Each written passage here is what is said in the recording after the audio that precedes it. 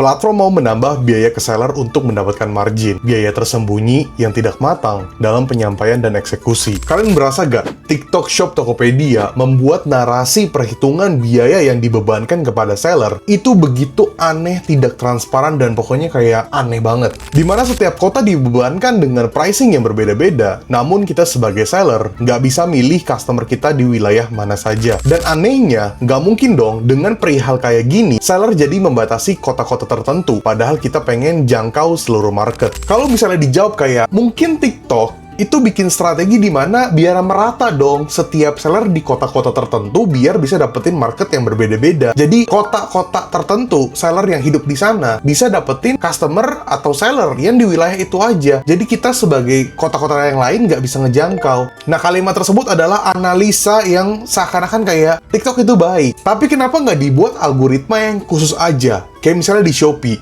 Shopee itu ketika kita di kota-kota tertentu atau di jalan-jalan tertentu, ketika kita cari produk, itu produknya bisa muncul berdasarkan lokasi terdekat di daerahnya dia. Contoh kayak misalnya gue tinggal di Jakarta Barat. Nah, di Jakarta Barat, di kota mana nih? Nah, gue ketika cari barang di kota tersebut, gue akan mendapatkan rekomendasi seller yang terdekat di kota-kota tersebut. Kalau misalnya gue pindah lagi, misalnya ke Tangerang. Nah, di Tangerang mana lagi nih? Nah, di Tangerang, gue bisa dapetin seller yang berbeda juga. Padahal gue mencari produk yang sama. Tapi kalau misalnya di TikTok, itu kan berdasarkan history viewers, history produk yang pernah customer atau mungkin buyer atau mungkin penonton yang ngelihat konten atau mungkin ngelihat produk, itu tuh keluarnya berdasarkan ya video. Jadi seller manapun itu bisa beli produk tersebut. Jadi customer manapun bisa beli produk di wilayah-wilayah tertentu, karena tidak difilter berdasarkan algoritma per wilayah. Yang kedua, kita akan ngomongin soal transparansi biaya yang muncul di TikTok. Karena menurut gua, transparansi biaya yang dikeluarkan sama si TikTok ini agak aneh, agak rancu. Biaya yang dibebankan ke seller tapi tidak terlihat di checkout buyer. Secara bisnis, ini masuk akal buat jaga conversion buyer. Tapi secara transparansi, ini perlu dipertanyakan. Buyer merasa ongkirnya emang segitu. Seller yang diam-diam makan biaya tambahan tersebut. Akhirnya harga barang bisa naik secara perlahan-lahan. Tapi yang terlihat sama si seller, ya mahal. Tapi si customer merasa, ya memang segitu, nggak ada biaya tambahan. Jadi kan agak aneh nih. Sebenarnya mungkin gue paham ya, biar si customer merasa kayak nggak ada biaya-biaya lain. Tapi si seller yang bisa melihat ada biaya khusus tersebut. Jadi kan kayak, kenapa nih? Yang ketiga, Juni itu lebih aneh lagi. Seller diminta untuk ikut kontribusi atas forward atau return shipping sampai 5.000 per arah. Untuk kasus gagal kirim atau retur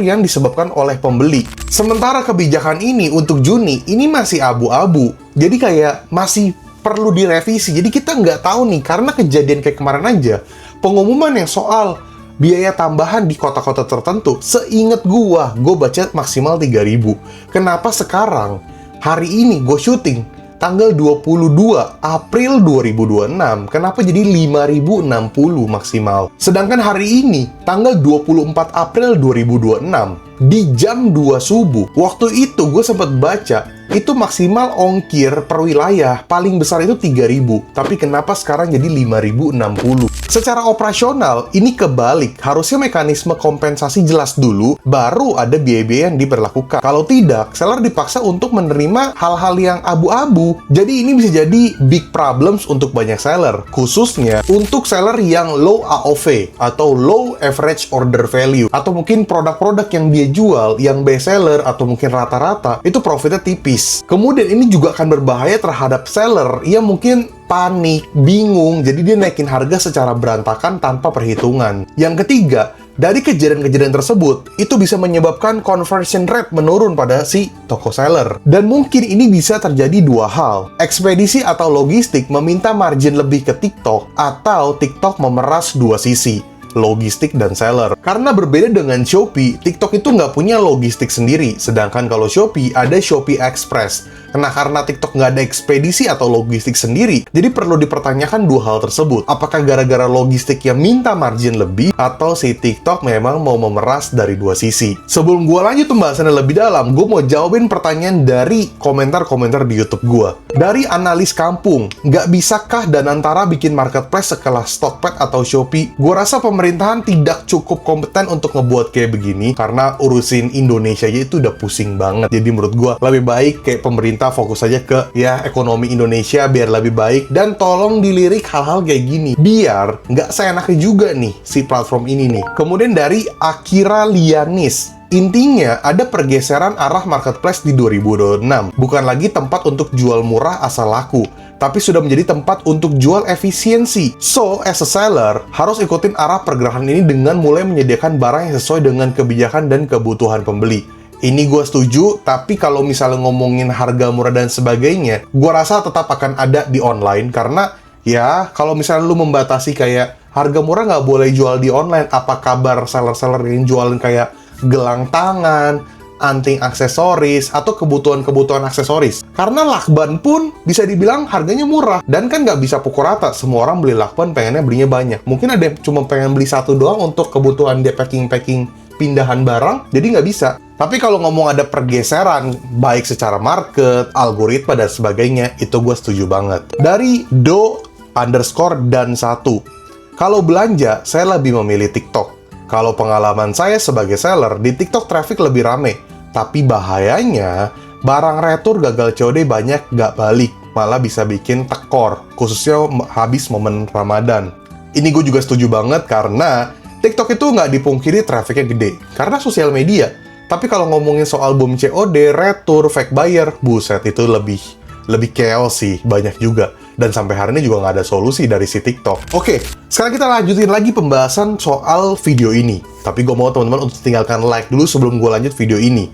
Dan kita langsung masuk ke pembahasannya. Berikut adalah Excel yang dikeluarkan sama si TikTok dengan biaya-biaya yang ada per kota beda-beda dan per logistik jenisnya itu beda-beda. Dan di sini juga tertulis dari 1 Mei dan 1 Juni kebijakan-kebijakan apa yang muncul yang intinya membebankan si seller. Nah, dari kebijakan tersebut harusnya kan dipertanyakan dong, kenapa nih kok kebijakan kayak gini muncul? Ya, kita ngomongin teori konspirasi, kita nggak nuduh TikTok, tapi kita ngomong sebagai anggaplah gue orang bego yang kebetulan tahu nih program seperti ini, anggaplah gue bukan seller atau anggaplah gue seller, pokoknya anggaplah gue ngada-ngada menurut gue pribadi, Rio Gandhi. Makanya gue pengen bahas Shop Security. TikTok Shop Tokopedia mengeluarkan program baru yang bernama Shop Security. Katanya bisa mendeteksi bahaya, jadi bisa meminimalisir resiko soal bom COD atau apapun itu yang berbahaya kepada seller. Tapi, apakah ini benar? Ya belum tahu, karena masih baru banget programnya. Jangan-jangan nanti makin lama dikenakan biaya lagi kalau mau tetap aktifin program. Itu yang gue takutin, karena lumayan jadi trust issue dengan si TikTok. Apa jangan-jangan Shop Security ini akan dijadikan beban tambahan?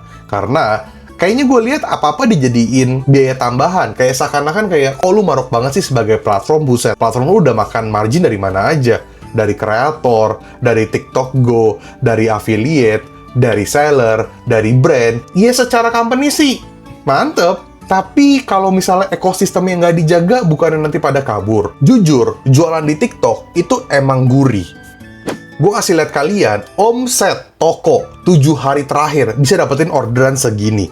Feedback GMV dan orderan yang didapatkan bisa luar biasa legit, dan gue percaya di luar sana lebih banyak seller yang dapetin lebih gede. Kemarin ada orang, seller lah, DM ke gue, omset dia itu 5M guys. Ada yang 8M per bulan. Dan ketika lagi campaign Ramadan kemarin, dia sehari itu bisa tembus MM-an sehari loh guys. Jadi menurut gua, potensial di TikTok itu memang gede banget. Sama dengan Shopee juga gede banget. Tapi, ini kan perlu dipertanyakan kan. GMV yang kita dapatkan itu gede, karena trafficnya juga gede, karena sosial media juga. Tapi apakah si TikTok ini akan semena-mena terhadap seller yang dimana mereka bisa menyumbangkan GMV sebegitu besarnya? Jangan sampai nanti sellernya juga pada marah, dan banyak seller yang berguguran. Karena gue tau banget, banyak seller yang udah dapetin omset ratusan juta, itu drop terus gara-gara kebijakan TikTok atau mungkin soal rating toko yang nggak transparan. Lu kehilangan banyak seller yang omset ratusan juta gara-gara sistem lu sendiri. Jadi menurut gua tetap kita manfaatkan TikTok sebagai wadah untuk kita ningkatin penjualan.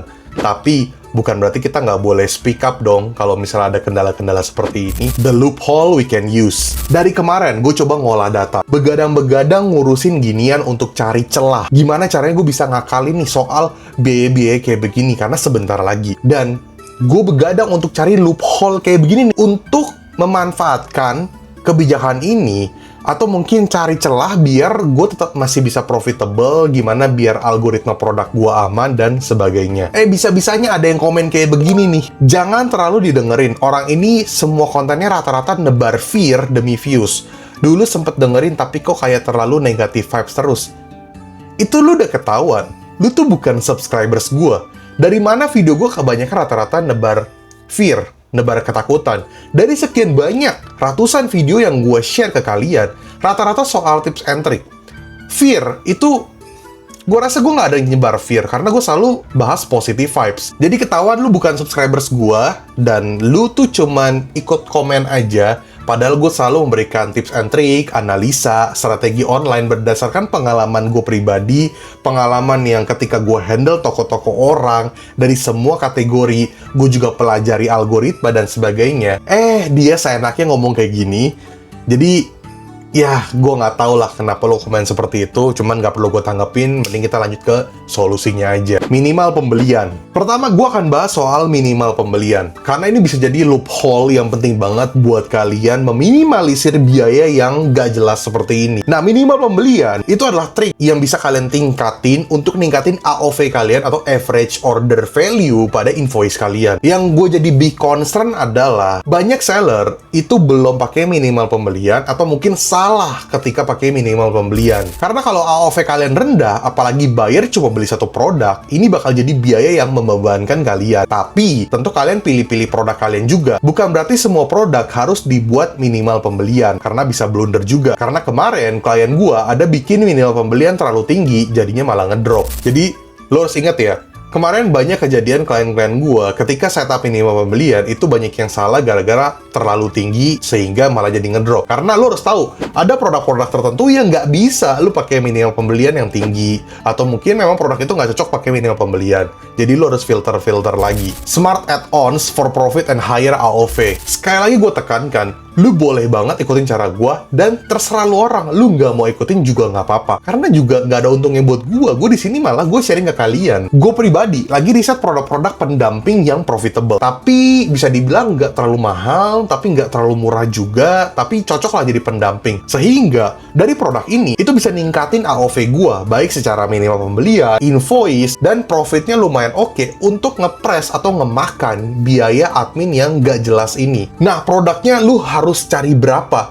Gue pribadi sebisa mungkin ngejar di 10-15%. Dan ada produk-produk lama gue yang kebetulan ini bisa dijadikan metode strategi yang ini. Tapi gue lagi cari produk-produk yang lain, 10-15%. Ya, jangan terlalu banyak juga, karena harus ingat, produk lu jualannya produk apa? Lu harus fokus ke kategori lu. Anggap 10-15% ini adalah produk pendamping yang sekiranya bisa mensupport produk utama, atau produk utama sekalian beli produk pendamping ini, dan produk pendamping ini tujuannya adalah untuk ngemakan biaya yang gak jelas ini. Kemudian bundling. No guys, bukan sekedar bundling. Bundling yang dibuat seller rata-rata itu bener-bener asal-asalan. Gue bersyukur banget dari awal ketika gue masuk di online, ya nggak awal banget lah, gue langsung menerapkan strategi seperti ini. Gue selalu memilah-milah produk bundling gue supaya lebih terstruktur, lebih jelas customer journey-nya. Dan gue juga mengatur produk mana yang gue bundling supaya penjualannya bisa lebih merata. Nah, meskipun ada produk yang gue tidak buat minimal pembelian atau gue buat minimal pembelian, ketika gue bikin bundling, malah jadinya lebih banyak lagi orderan dalam satu invoice yang gue dapatkan. That's why, dari sekian banyak strategi yang gue sampaikan ke kalian, itu mungkin terdengar kayak, biasa gue juga tahu.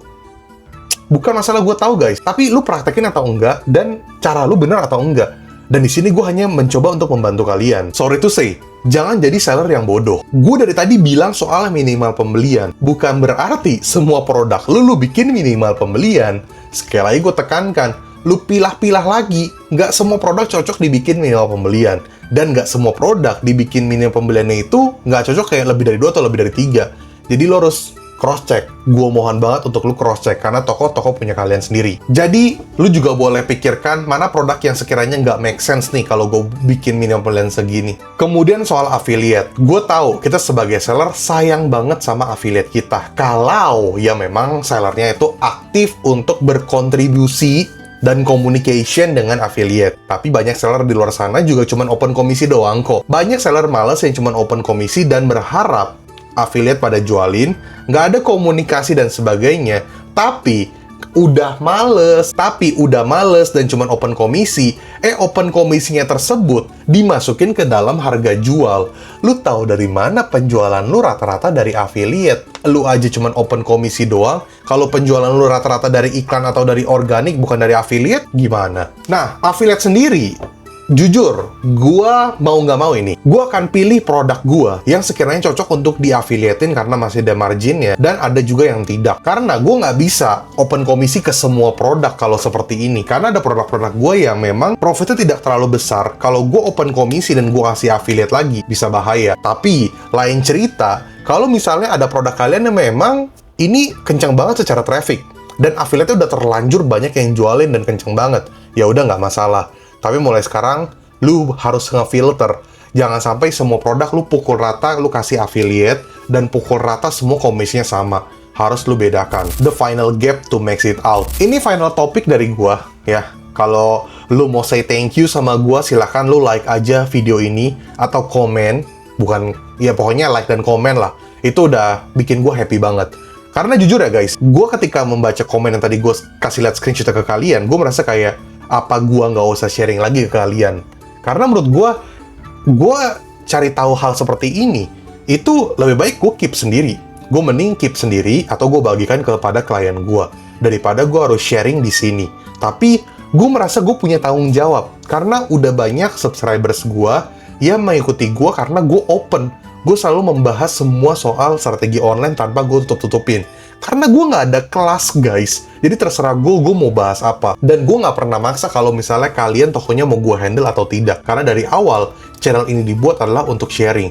Dan kalau misalnya lu pengen ikut jasa gue pun, lu akan tahu informasi ada jasa pun di akhir video, bukan di awal-awal atau tengah-tengah. Tapi lu harusnya tahu, kenapa gue sharing ini ke kalian? Ya karena gue peduli sama kalian, karena dengan kalian juga bertumbuh, gak males, ekonomi Indonesia juga akan membaik. Karena gak ada salahnya kan, kalau gue berusaha untuk membuat ekonomi Indonesia jadi lebih baik. Nah, jadi mulai sekarang, lu coba pikirin dua hal ini. Produk ini, untung berapa, dan juga orderan untuk produk ini, atau invoice di nominal berapa yang sekiranya sehat buat kalian. Jadi bukan cuman mikirin kayak, oh produk ini harus margin segini, produk segini harus margin segini. Nggak juga. Karena lu boleh geser juga tuh ke pemikiran kayak, oh gue harus dapetin orderan segini nih. Untuk barang ini, gue harus dapet sekian, harus dapet 3 piece. Atau dalam invoice ini, dari produk ini dan produk ini harus digabung biar invoice-nya bagus. Jadi AOV-nya juga tinggi. Jadi coba dipikirkan dari segi 2 arah atau lebih. Karena itu adalah 2 hal yang berbeda. Terkadang seller kalau terlalu ngitung, produk ini harus margin segini, produk ini harus margin segini, malah kadang blunder. Malah kadang tokonya ngedrop karena nggak cocok sama pricingnya. Lu nggak bisa maksa guys, produk yang memang nggak cocok di harga segitu lu nggak bisa paksa, kecuali barangnya emang bisa. Tapi kalau ngomongin soal ini order harus berapa nih biar yang ideal, biar yang sehat, itu lebih terarah, lebih terstruktur, dan lu bisa pantau juga. Kemudian final solution dari gua adalah gua akan main di variasi. Contoh kayak misalnya gue jual gelas. Di variasi A, gue akan bikin packing biasa. Variasi B, gue bikin packing lebih tebal misalnya. Dan tujuan gue adalah supaya customer itu beli di variasi kedua atau variasi ketiga, yang dimana marginnya lebih ada untuk ngemakan biaya proses pesanan atau ngemakan biaya ongkir yang baru-baru ini. Jadi menurut gue, metode ini bisa lu pakai untuk mengurangi, setidaknya bisa makan biaya yang tersembunyi tersebut. Tapi, lu harus pintar dan lu harus ngetrik supaya gimana caranya biar customer mau belanja yang variasi kedua atau variasi ketiga yang bertujuan untuk makan biaya tersebut. Tapi lu nggak bisa maksa, terserah si buyer mau beli yang mana. Cuman setidaknya pasti ada yang nyangkut. Dan yang nyangkut itu lumayan buat nutupin biaya tersebut. Kemudian, satu lagi dari gua ya, mending lu lupain untuk GMV Max ke semua produk. Karena lo harus mulai bisa pilah-pilah produk per masing-masing campaign. Karena kalau lo pukul rata semuanya pakai GMV Max, semua produk lo, gimana lo mau ukur profit lo juga, gimana lo mau ukur optimization dari every produk yang lu jual, algoritma semua produk yang lu jual. Karena lu pukul rata semuanya lu iklan pakai automatic GMV Max, semua produk lu pilih. Jadi menurut gua itu bad idea banget, cuman balik lagi terserah ke kalian, karena toko tahu kalian. Oke, segitu informasi dari gua, semoga membantu kalian dan semangat buat kalian semua. Memang kita harus naik harga, cuman dipikirkan lagi. Ingat, jangan terlalu agresif naikin harga. Kalau misalnya nanti lu takut ada biaya kenaikan baru, ya lu tinggal adjust lagi, nggak usah terlalu greedy. Sekali lagi gue cuma terima kasih, jangan lupa untuk like, comment, dan subscribe. Jangan lupa untuk teman-teman semua follow sosial media gue, Instagram, TikTok, karena gue udah mulai aktif banget untuk konten di Instagram. Jadi kalian follow juga di RioGNDHI_. Dan juga buat teman-teman semua di sini yang pengen beli digital course gue, bisa ke link di bawah sini. Dan juga untuk teman-teman semua di sini yang tokonya pengen gue handle, tokonya gue manage, gue kasih marketing campaign, gue urusin iklannya, dan sebagainya, baik pertemuan online, offline, bisa hubungi ke nomor di bawah sini. Nomor tersebut hanya untuk kebutuhan jasa gue saja, bukan untuk hal yang lain, dan yang serius-serius aja. Dan ya, Rio Gandhi, peace out.